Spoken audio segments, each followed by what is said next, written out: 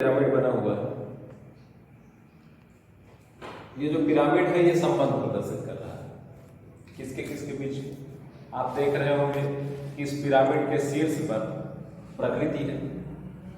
प्रकृति आप समझ लीजिए पूरी पृथ्वी में उपलब्ध जितने भी संसाधन है उसको आप प्रकृति के रूप में देख सकते हैं। फिजिकल वर्ल्ड का बता रहा है। हाँ, प्रकृति, पूरे प्रकृति। इस प्रकृति में यहाँ पर आप देख रहे होंगे मानव, इसके पिरामिड के बीच में मानव है और ये इसका संबंध प्रकृति से है। अब आप इसे बहुत व्यापक रूप में भी समझ सकते हैं, संकुचित रूप में भी समझ सकते हैं। व्यापक रूप में आप देखें कि मानव का जीवन प्रकृति पर टिका हुआ, निर्भरता हर चीज की प्रदर्शित कर रही उस है, पर टिकी हुई, प्रकृति पर टिकी हुई है ना। और मानव क्या करता है, प्रकृति से कैसे, इसमें सर प्रकृति, अब देखिए मानव प्रकृति से कैसे जुड़ा हुआ है। दो तरीकों से जुड़ा हुआ है। पहला तरीका क्या है, मानव ने अपने लिए संस्थाएं बनाई।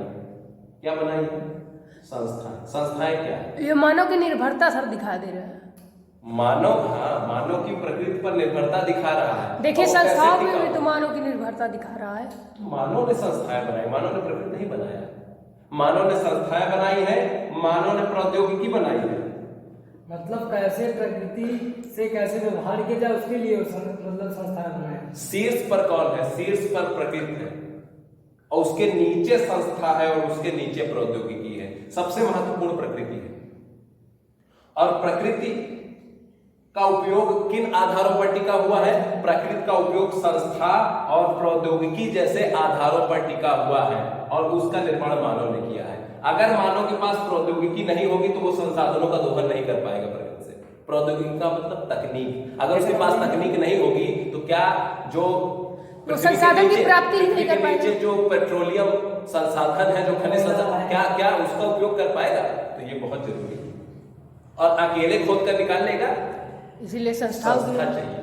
संस्था क्या? बहुत सारे लोगों का समूह जो किसी एक कार्य को करने के लिए एकीकृत हो, संगठित हो, है ना। तो इस तरीके से आप देख रहे हैं कि यहाँ पर जो पिरामिड है वो प्रकृति, प्रौद्योगिकी और संस्थाओं के बीच में संबंधों को प्रदर्शित कर रहा है और जिसके केंद्र में कौन है? प्रकृति, मानव। प्रौद्योगिकी का व्यापक अर्थ क्या होता है? तो सीधे एक शब्द में आ गया इतना ठीक है। तकनीक आप कह सकते हैं। प्रौद्योगिकी का व्यापक अर्थ ऐसा कह सकते हैं कि जो विज्ञान के नियम है, विज्ञान के नियम कहीं पैदा तो हुए नहीं, इसी पृथ्वी पर विज्ञान हमेशा से था, हमने उसको खोज लिया। हम कहेंगे ग्रेविटेशन लॉ तो कहेंगे ये भी प्रौद्योगिकी है। ये भी अब अगर कोई ऐसी तकनीक हमने बनाई है जो गुरुत्वाकर्षण के नियम पर काम करती है, मतलब पृथ्वी पे उपस्थित नियमों पर, पृथ्वी पे उपस्थित जो भी विज्ञान के नियम है उस पर जो भी हमने सिस्टम बनाया है, जो भी हमने एक निकाय बना लिया है, जो भी हमने एक तंत्र बना लिया है, मशीन तंत्र बना लिया है, जो भी तंत्र हमने बना लिया है जो प्रकृति के नियमों पर काम कर रहा है, हम उसको कहते हैं प्रौद्योगिकी। जैसे आप देख लीजिए, मतलब उस नियम को नहीं कहते हैं बल्कि उस नियम को, उस तकनीकी को कहते हैं। उस नियम के उपयोग से जिस चीज का निर्माण होता है, नियम के उपयोग से जिस हम तंत्र करें उसको प्रौद्योगिकी। जैसे यहाँ इंजन की बात करता है ना कि इंजन के अंदर के जो सिस्टम होते हैं, ये तकनीक, ये प्रौद्योगिकी इंजन की बात करता है। ये इंजन के नियमों पर काम कर रहा है उसकी बात नहीं करता है। वो तो उसके पीछे छुपा विज्ञान है, वो विज्ञान के नियमों पर ही तो काम कर रहा है। चाहे रॉकेट को ऊपर भेजने वाले इंजन हो, है ना, पढ़ोगे इंजन।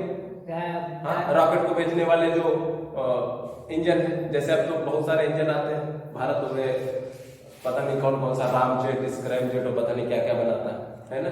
क्रायोजेनिक खाल में आने वाले इंजन है जो बनाता है ना। तो उनसे क्या हो रहा है, हमारा अंतरिक्ष यान चलता है। तो आप क्या देख रहे हो, वो इंजन किस पर काम कर रहे हैं? वो इंजन के नियमों पर, तृतीयक नियम पर काम करते हैं, न्यूटन के तृतीयक नियम पर। प्रतिक्रिया का वो क्या करते हैं? प्रतिक्रिया करते हैं, पृथ्वी पर खूब तेज से दबाव डालते हैं, बल लगा पृथ्वी उसको ऊपर, इसी पर काम करता है। तो विज्ञान के नियम के पीछे काम कर रहा है, नियम है विज्ञान का, लेकिन अब उसमें हम जटिल वो तंत्र विकसित करेंगे ना। अब उसके नियम को थोड़ी करेंगे। लेकिन जैसे जैसे फिर इसका मतलब जैसे ऊपर जाएगी वैसे उसकी जो स्पीड होती जाएगी कम होती जाएगी। क्या पृथ्वी पर ही दबाव लगेगा? क्या वायु भार नहीं रहेगा? क्या वायु पर दबाव नहीं डालेंगे? लेकिन देखिए यहाँ से उसके बीच की जो दूरी होती है वो जैसे जैसे बढ़ती जाएगी वैसे वैसे उसका जो बल लगता है वो कम होता जाएगा धीरे धीरे, क्योंकि आर जो है वो कम होता जाता है। इतना ज्यादा वैज्ञानिकता हमको नहीं पता है, जो भी हो जाता है ऊपर अच्छा, और वो इसी दबाव पर काम करता है। स्पीड उतना ही रहता है लगातार, उसके लिए हाँ इंजन फिर बल देता होगा ऐसा होगा। उसमें अब बता तो रहे कि जो भी रॉकेट सिस्टम बनाया जाए तो उसमें 3 प्रकार, मतलब कि 3-4 चरण होते हैं। पहले ये होता है जो नीचे लगे होते हैं, जो उसको एक प्रकार से ऊपर उठाते हैं यहाँ से, जो बहुत ज्यादा उसको क्या करते हैं प्रकार से, हाँ, जो उसको ऊपर उठाने में, पुल अप करने में मदद करते हैं। बहुत सारे इंजन लगे होते हैं, है ना। तो उसके बाद ये ऊपर उठा लेता है, ये कुछ दूर तक ले जाता है, उसके बाद फिर ये निकल जाता है। फिर दूसरा वाला है ना, फिर वो ऊर्जा देना शुरू कर देता है, वो पावर ऑन हो जाता है। फिर ये भी निकल जाता है जब खत्म हो जाता है इसका पावर। थर्ड स्टेज वाला, फिर 4th स्टेज में हमारे उपग्रह वगैरह रखे जाते हैं, ऊपर प्रक्षेपित हो जाते हैं। बहुत सारे हमारे पृथ्वी की कक्षाएं, निम्न कक्षा, मध्यम, ऊपरी कक्षा, भू-स्थिति, सब चीजों पे स्थापित होते हैं। तो उन सब चीजों के बारे में हम किसी और दिन पढ़ेंगे। अभी हम अपने इस पर चर्चा करें।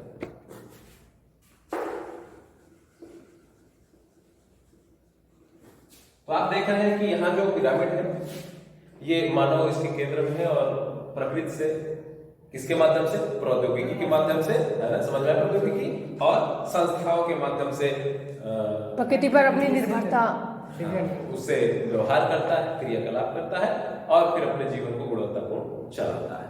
तो यहाँ पर आप देख रहे हैं, इसके आगे आपको बताया गया है कि संसाधन क्या होते हैं, संसाधन के कितने प्रकार प्रकृति में उपलब्ध हैं, और उनका प्रयोग हम कैसे करते हैं, इन सब चीजों के बारे में चर्चा की गई। तो संसाधन के बारे में भी हमने क्या देखा कि वो पदार्थ, वो सभी वे सभी पदार्थ या वे सभी इकाई भी कह सकते हैं, बड़ा अच्छा था। इकाई ठीक शब्द है। पदार्थ अच्छा रहता है, यूनिट अच्छा रहता है, मतलब इकाई, इकाई पदार्थ में सब कुछ आ जाता है, सभी आ जाता है। इकाई किसी चीज की व्याख्या नहीं करता। इकाई अपने आप में आप कह लीजिए कि निरपेक्ष है, वो किसी भी चीज को आप इकाई कह सकते हैं, किसी भी एक चीज को इकाई कह सकते हैं। ये भी इकाई है, पेड़ भी एक इकाई है, हम भी एक इकाई है। तो मतलब कि उसके साथ कोई जाति नहीं जुड़ी हुई है, उसको आप इकाई कहते हैं, उसकी किसी पहचान नहीं पाएगी कि काहे की इकाई। तो हम कहते हैं कि प्राकृतिक इकाइयां जितनी है, या प्रकृति में उपलब्ध जितने भी पदार्थ हैं, या जितने भी प्रकृति में व्याप्त जितने भी प्रकार के पदार्थ, जैविक पदार्थ है, अजैविक पदार्थ, जितने भी प्रकार के है ना, तो वो सभी क्या है, एक प्रकार से मानव के लिए संसाधन जैसे ही है, क्योंकि उन्हीं के ऊपर निर्भर है मानव, है ना। आइए देखते हैं, जैसे यहाँ पर आपके चैप्टर में दिया है संसाधन की परिभाषा, व्यापक परिभाषा दिया है। इसने बताया है कि वे सभी पदार्थ या वे सभी वस्तुएं प्रकृति में उपलब्ध जो हमारी आवश्यकताओं की पूर्ति के है। तो वे सभी वस्तुएं प्रकृति में जितनी भी उपलब्ध है जो हमारी आवश्यकताओं की पूर्ति करती हैं। अभी आप देखिए इसमें 2 चीज और बातें होती है, ऐसी सभी वस्तुएं जो हमारी आवश्यकताओं की पूर्ति करती हैं, आवश्यकताओं की क्षमता रखती है, भविष्य में करने की क्षमता रखती है, पूर्ति करती है तथा, तो जो अभी पूर्ति कर रहे हैं क्या वही संसाधन हो सकता है। भविष्य में भी कुछ ऐसी चीजें अभी दबी हैं प्रकृति के पास जिसको अभी हम पहचान नहीं पाए हैं, और खुद के पास अभी हो सकता है कि हमारे पास तकनीकी ना उपलब्ध हो उसका प्रयोग करने के लिए, है ना, संभाव्य संसाधन हो भविष्य में। तो इसीलिए तो कहेंगे कि या जिनके अंदर क्षमता है हमारी आवश्यकताओं की पूर्ति करने के लिए, तो उनको क्या बोलेंगे, उनको एक शब्द का प्रयोग करिए, संभाव्य है ना, या ऐसी वस्तु जो हमारी आवश्यकताओं की पूर्ति करती है, या जिनके अंदर हमारी आवश्यकताओं की पूर्ति करने की क्षमता है, संभावी क्षमता रखती है, या हम उसको संभाव्य कहते हैं, है ना। जैसे लिखा है कि ऐसी वस्तुएं जो हमारी आवश्यकताओं की पूर्ति करती हैं और जिसको बनाने के लिए भी हमारे पास प्रौद्योगिकी उपलब्ध है ना, ये बात कही और उपलब्ध भी नहीं हो सकती है, हो सकता है कि हमारे पास प्रौद्योगिकी, तो क्या वो संसाधन नहीं है जिनके लिए हमारे पास, जैसे अभी मान लीजिए कि पानी है, और पानी हाइड्रोजन का बहुत बड़ा भंडार है, और हाइड्रोजन ऊर्जा के रूप में प्रयोग किया जाता है आपके पास। तो अभी क्या इसको अलग करने के लिए हाइड्रोजन के रूप में क्या पानी से ऊर्जा तकनीकी है हमारे पास? नहीं, लेकिन भविष्य में हो सकती है, शायद कुछ लोग प्रयास कर रहे हैं या है ऐसा कहीं बनती है, लेकिन यहाँ इस किताब में जो है उसके हिसाब से भी नहीं है। तो ठीक है।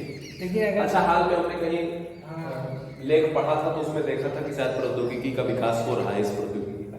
तो अभी तो नहीं है, तो क्या जल जो है वो हमारे संसाधन, ठीक है, जल अभी हमारे लिए एक अलग तरीके का संसाधन है, वो अभी हमारे जीवन रक्षक का प्रयोग, हाँ, वो पीने के लिए हम प्रयोग करते हैं या सिंचाई के लिए प्रयोग करते हैं, तो वो दूसरे तरीके से संसाधन का काम कर रहा है। लेकिन उसके साथ हम उसका ऊर्जा के रूप में भी प्रयोग कर सकते हैं। तो अभी हम ये देख रहे हैं कि संसाधन कई प्रकार के होते हैं, उनके उपयोग के आधार पर भी उन संसाधनों का वर्गीकरण करेंगे। बात समझ में? तो अब हमने देखा कि ऐसी वस्तुएं जो हमारी आवश्यकताओं की पूर्ति करती हैं और वर्तमान में जिनके लिए हमारे पास तकनीक है ना, तो हाँ, जिनके लिए हमारे पास प्रौद्योगिकी है, जिस प्रौद्योगिकी का उपयोग करके हम उन संसाधनों का प्रयोग करते हैं, वही संसाधन अभी तक। लेकिन भविष्य में जो संभाव्य है, भविष्य में जो संसाधन संभाव्य है कि ये हमारी आवश्यकताओं की पूर्ति कर सकते हैं, हमारे पास संभावना है कि पूर्ति कर सकते हैं, तो क्या उनको संसाधन की श्रेणी में नहीं रखेंगे? उनको भी रखेंगे। तो हम यही कहेंगे कि आने वाले समय में जो आर्थिक रूप से संभाव्य है, संभावित संसाधन, वो भी संसाधन है हमारे। इसमें जोड़ रहे हैं संभावित संसाधन, कौन? परिभाषा भी जोड़ रहे हैं। तो जोड़ना पड़बे करेगा। संभावित संसाधन डायरेक्ट, संभावित संसाधन, अब संभावित संसाधन में बहुत सारे होंगे, अभी हम देखेंगे कौन कौन से संभावित संसाधन है। तो ऐसे सभी संसाधन जो आर्थिक रूप से संभाव्य है, या एक इसमें एक चीज और कहेंगे कि जो सांस्कृतिक रूप से मान्य है, इसका तात्पर्य क्या है? जो सांस्कृतिक रूप से मान्य है, इसका तात्पर्य क्या है? ये बहुत महत्वपूर्ण बात है। जितना वर्डन है सब अपने आप में महान। सांस्कृतिक रूप से मान्य शब्द का मतलब क्या है? कि संसाधनों को उन्हीं वस्तुओं को संसाधन कहा जाएगा जो सांस्कृतिक रूप से मान्य है, जिसको हमारी मानव संस्कृति दर्जा देती है कि हाँ आप संसाधन है। और अगर हम दर्जा ना दें, अगर वो हमारी संस्कृति में प्रयोग ना हो, तो वो संसाधन नहीं है। मान लीजिए अंतरिक्ष में, मान लीजिए अभी तो नहीं हो सकता है अंतरिक्ष में, कल को हम कोई ऊर्जा का नया भंडार ढूंढें, हाँ मान लीजिए ढूंढ सकते हैं, जैसे हमारी तकनीकी प्रगति हो रही है। मान लीजिए हम किसी दिन चंद्रमा पर एक नया ऊर्जा का भंडार ढूंढ लें, है ना, या मंगल पर ढूंढ लें, या लेख छपते ही रहते हैं। तो अगर हम वहां ढूंढ लें, अगर उसका प्रयोग करने की हमने तकनीकी विकसित कर ली, तो अभी तो वो सांस्कृतिक रूप से मान्य नहीं है, अभी तो हमारी संस्कृति का हिस्सा नहीं है। लेकिन आगे चल करके हो जाएंगे तो वो क्या कहलाएंगे? वो भी एक प्रकार का संसाधन कहलाएंगे। तो अभी जो सांस्कृतिक रूप से मान्य है वही संसाधन की श्रेणी में है। अभी वो जो बाहर पड़े हुए हैं, जिनका उपयोग हम नहीं कर पा रहे हैं, वो सब हमारे संसाधन नहीं है। संभाव्य तो है, हाँ, संभाव्य कह सकते हैं। तो इस तरीके से तो संसार की सारी चीजें संसाधन हो गई, तो हो गई करती हैं, तो है ही। बात समझ में है? तो जितनी भी चीजें हमारी आवश्यकताओं की पूर्ति करें, सब संसाधन है, एक तरीके से मोटा मोटा आप कह सकते हैं। ठीक है, तो ये हमारे संसाधन की परिभाषा हो गई। अब हम संसाधनों के प्रकारों पर चर्चा करने चल रहे हैं। ठीक है।